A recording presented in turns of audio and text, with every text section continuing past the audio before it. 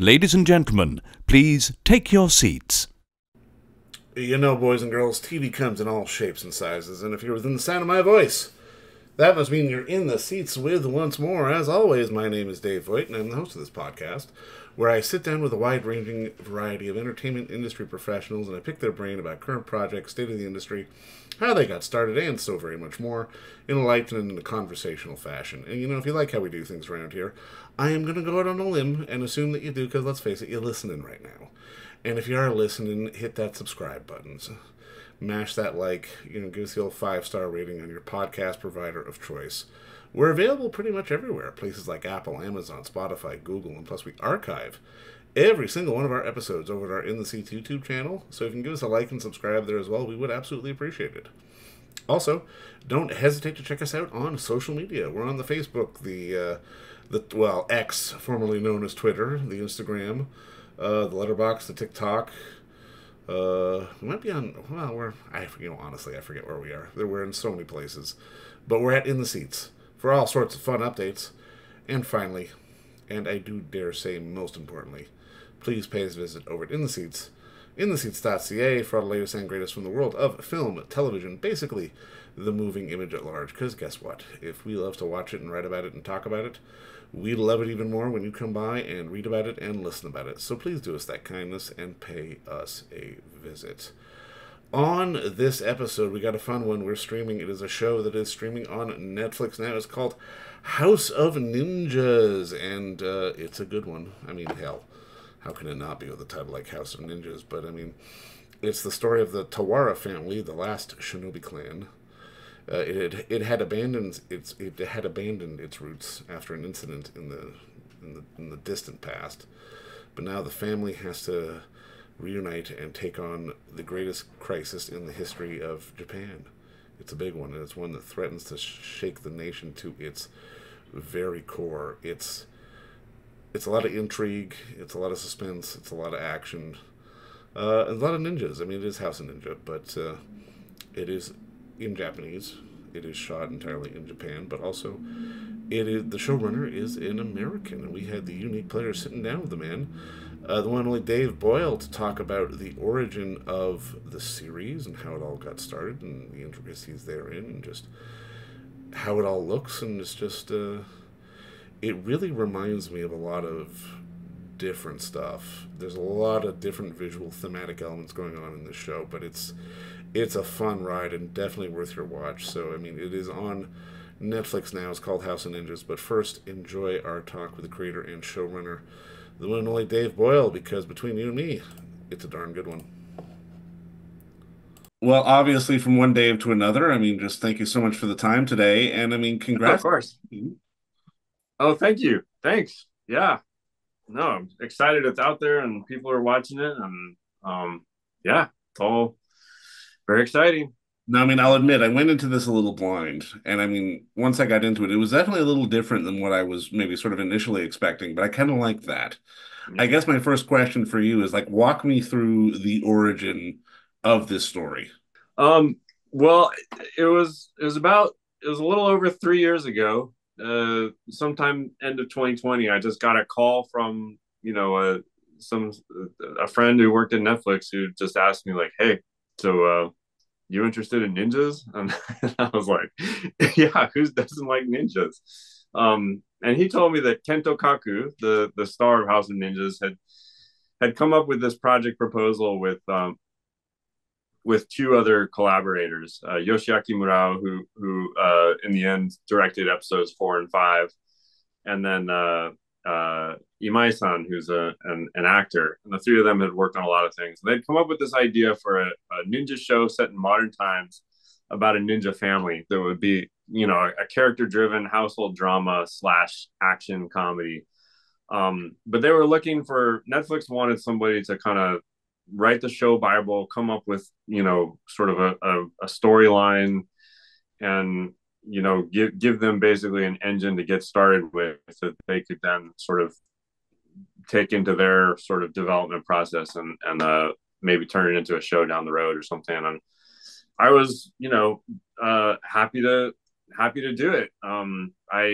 I kind of pitched them my take on it, and then they said go, and I had a couple of weeks to write up a a show bible, and then and then what you saw is basically what I came up with. And I mean, I love how it kind of straddles the line between legacy and mythology because I mean, this could have very easily descended into some sort of like Yakuza type of based story, but it's not really that. I mean, was the impetus like for you and everyone to really kind of make, again, like you said, something a bit more familial almost, really, in a sense? Yeah, I think the marching order, the thing that we wanted to do was make something that truly was a family story, but that didn't pull any punches on the ninja aspect of it, and had some respect for real life ninja history and legacy and stuff. So like all the ninja clans that appear in the show are real, existed in real life. It's just that their recorded history ended hundreds of years ago. So the job was just all about kind of imagining, so what would happen if this had continued, because the Hattori clan did serve the government in for hundreds of years, and kind of passed down that legacy.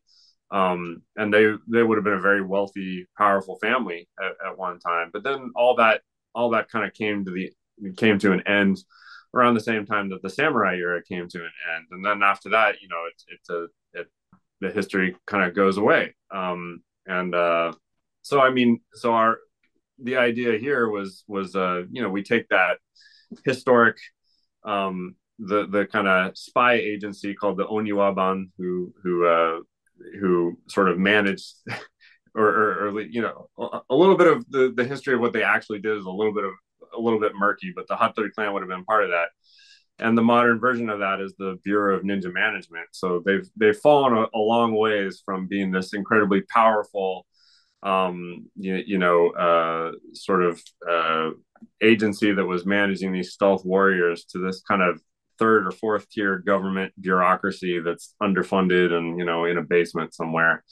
So it was just all things like that that I wanted to kind of respect the actual history that was there, without, and then tweak it without making it too fantastical, and I'll make it take place in a very ordinary, recognizable modern world, and then just slowly let viewers kind of sink into the ninja world that's kind of hidden, bubbling just underneath the surface of everyday Tokyo. I love that though. I mean, you give us the sort of the legacy of it being sort of almost this FBI, CIA, sort of this covert clandestine agency to now it's Department of Parks and Recreation almost, in many ways. It really gives an interesting dichotomy of just sort of how Japan has evolved in many ways, but in watching it, something else that really struck me was just sort of the visual language of it all. And I mean, this film has a real distinct style to it. It's not afraid to play sort of in the dark with light and shadows. Can you talk to me a little bit about how you wanted this to look? Because I mean, particularly in some of the action sequences, I think of like the club sequences in the first, I think it's either the first or second episode. Like there's like it's really kind of foreboding just how much we see and how much we don't see. Yeah, I mean, one of the things that I talked about with my cinematographer, Shoji Ibara, and lighting director, Sugimoto-san, was just about how, even though there's like comedic elements in the family, the family is very warm and funny and human and everything. We wanted the whole show to have a little bit of an eerie, ominous feel to it, like that even in sort of ordinary everyday settings, wanted it to feel a little bit off kilter and a little bit more kind of suspenseful, even when nothing was necessarily happening. So, the home and kind of that main room where they all have dinner together and everything. Like we always kept that as being sort of a bright, warm space. But then everywhere else in the show, we kind of tried to make it feel ominous, so that even in scenes where it's essentially a comedy scene, we're not sort of leaning into the comedy of it in the visual language, and we wanted to kind of keep that sort of suspenseful, a little bit of a sense of danger around the corner anytime there was. The way I put it to them was like, let's shoot them like ninjas even when they aren't dressed like ninjas. And And so there, and then we shot a lot of camera tests and everything to kind of hone in on exactly what our approach was going to be. We didn't do too much, really crazy tricky stuff, but we did use split diopter lenses in a lot of places.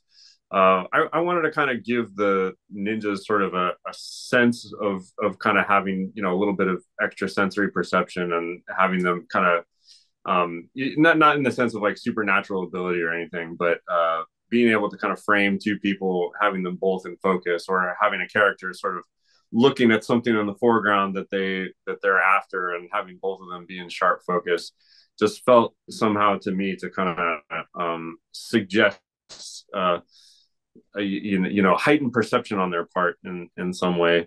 And so we had that here and there throughout the series as sort of a visual touch.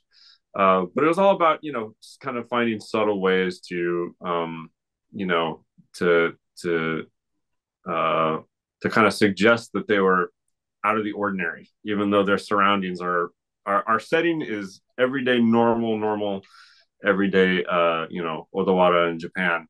But just suggest, the something unusual under the surface whenever we could.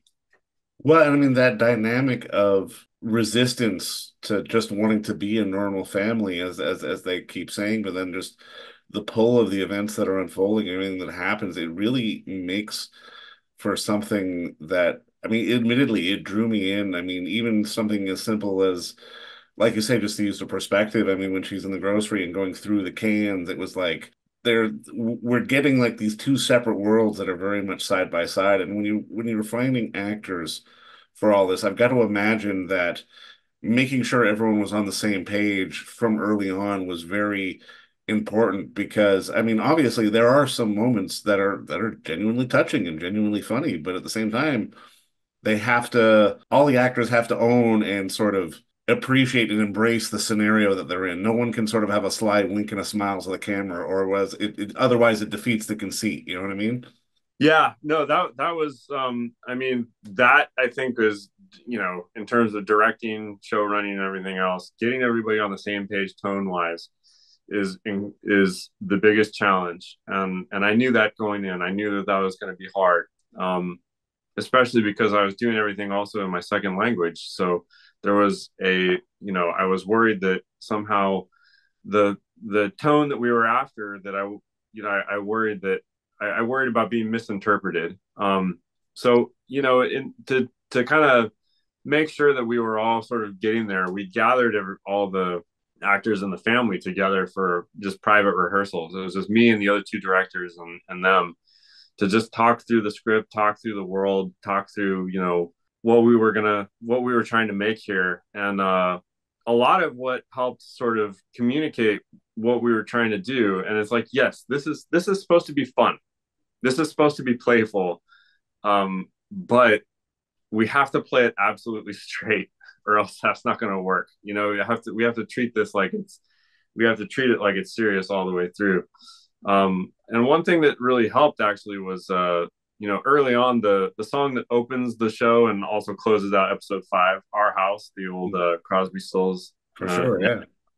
song.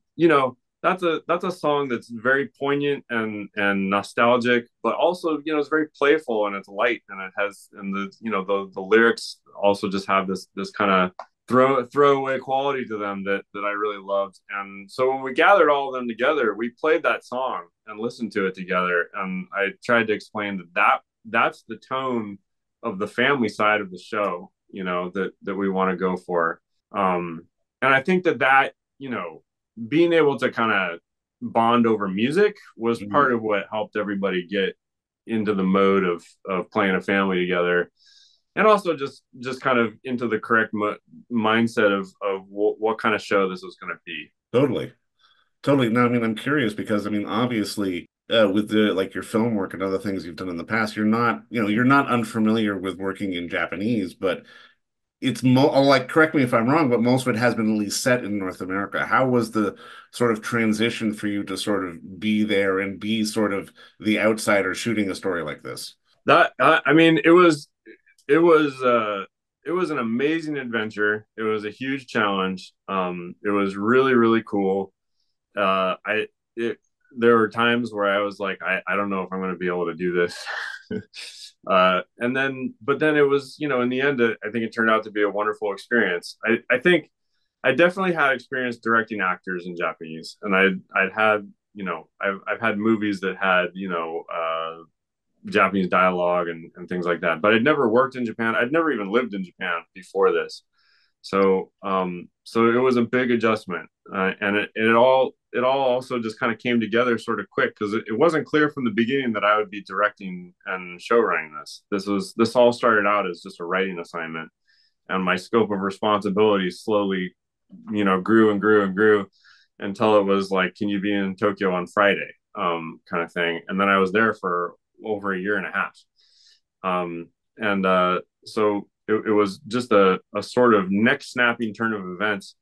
And my Japanese was pretty good, but I wasn't sure I could direct and show run the entire thing. So there was, initially the conversation was about having an interpreter, but I just decided early on that it was better for me to just kind of get my it was more important. It was better for me to just try to improve so that I could have a direct connection with the cast and crew, because it was definitely good enough to get started. So, and then once I was there, I got much much better very very quickly, just sink or swim.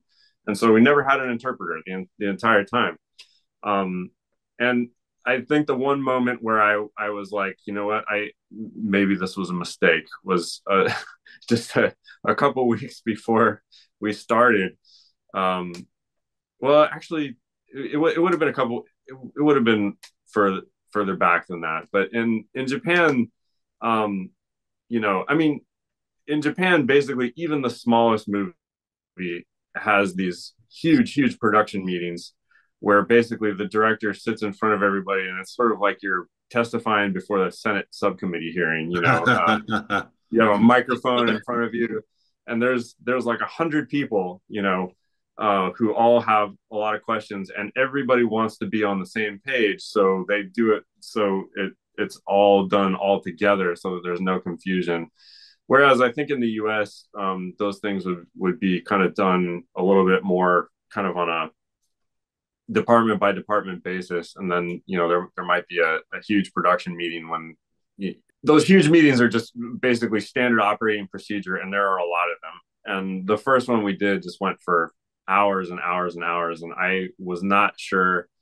I was nervous going into it, like, am I going to be able to answer specific questions in Japanese and be able to get through this the whole time without any sort of confusion? And I made it to like hour 7 or hour 8, and I was like, I'm doing great, it's all good. And then somebody asked me something that I didn't understand. It was a word I didn't understand. And I was like, wait, what? And like the whole room just sort of stopped, and there was all this, there was a lot of sort of murmuring, uh-oh, like he's broken down, kind of thing. And the word that they said that I couldn't understand was the word for cuckoo clock. Because in Japanese, the word basically directly translates to like pigeon watch. And so I was picturing like a pigeon with a watch wound around it. And I was like, what?